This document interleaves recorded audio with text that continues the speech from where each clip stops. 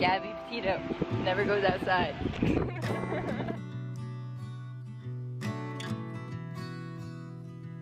July 2nd, 2020. Exactly 1 year before a life-changing road trip would begin, Gabby Petito and Brian Laundrie announced their engagement online. On Instagram, a picture of their first date. Gabby writing, "Brian asked me to marry him, and I said yes." 1 day later, Brian posting, "Till death do us part. I'm so happy." The answer was yes. Then there was the van. The 22-year-old and 23-year-old purchasing a vehicle to take them across country. A white 2012 Ford Transit van. New van means new adventures. And it would all begin on July 2nd, 2021, from the hamlet of Blue Point in Suffolk County on Long Island, where Gabby and Brian were visiting her parents, celebrating her brother's high school graduation. July 4th, on the road in their new home, outfitted for camping and cooking, the couple snapped photos at Monument Rocks in Scott City, Kansas. Then to Colorado. 2 nights at the campsites at the Great Sand Dunes National Park and Reserve, with sand surfing. Next stop, Utah. After leaving Colorado and getting stuck in a dust storm, the couple spent 3 nights in Zion National Park, hiking and pitching a picture-perfect campsite. From Zion to Cedar Breaks National Monument, to Bryce Canyon National Park. The couple taking pictures and videos near the edge of the cliffs.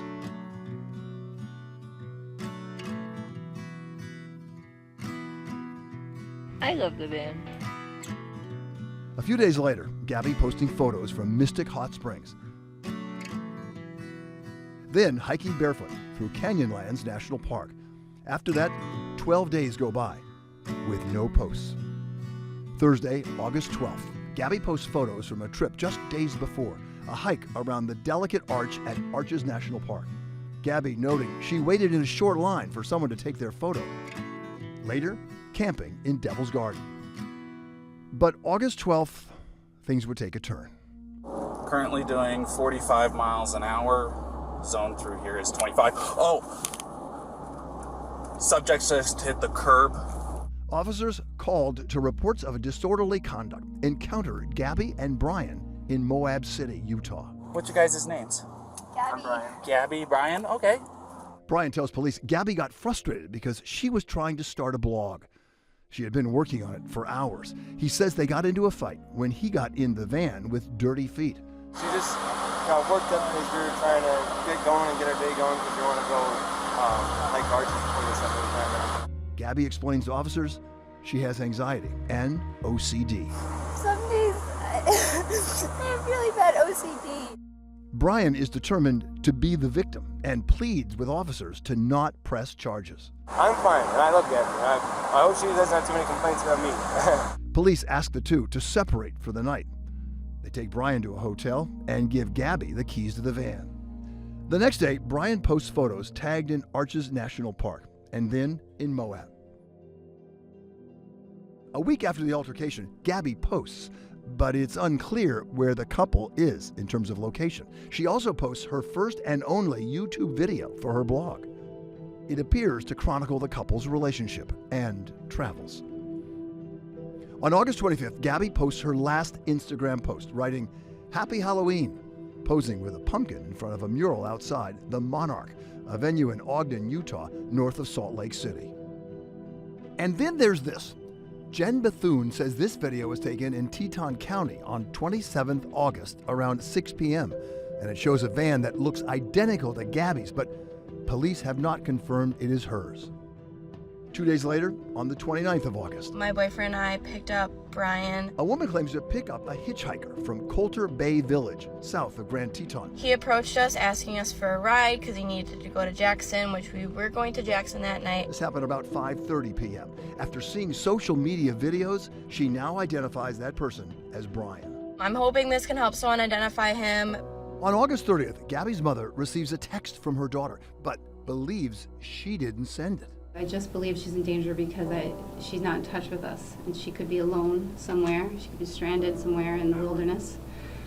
and she needs help. 2 days and more than 2,300 miles later, on September 1st, police say Brian arrives in Northport, Florida, with the van, but without Gabby. She's reported missing by her parents on Long Island on September 11th. That same day, the van is processed for evidence at the home the two shared with Brian's parents. Brian does not talk to the police or to the FBI.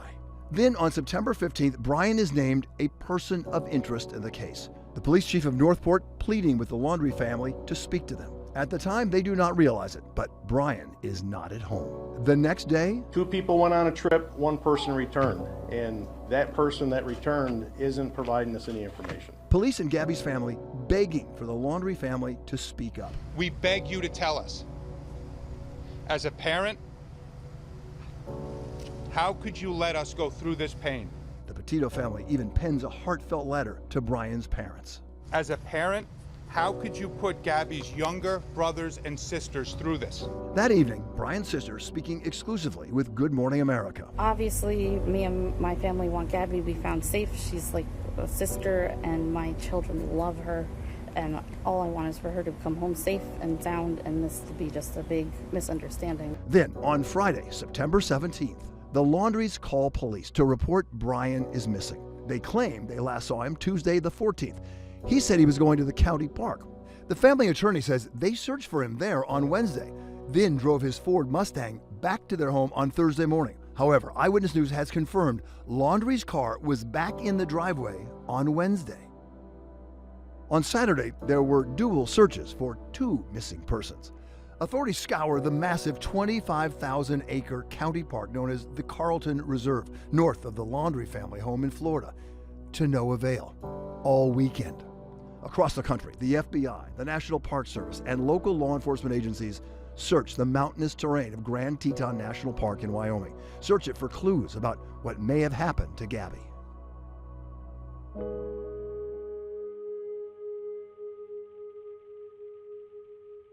Then, on Sunday, the heartbreaking news. Full forensic identification has not been completed to confirm 100% that we found Gabby, but her family has been notified of this discovery. Authorities say law enforcement agents have found a body, and they believe it's Gabby.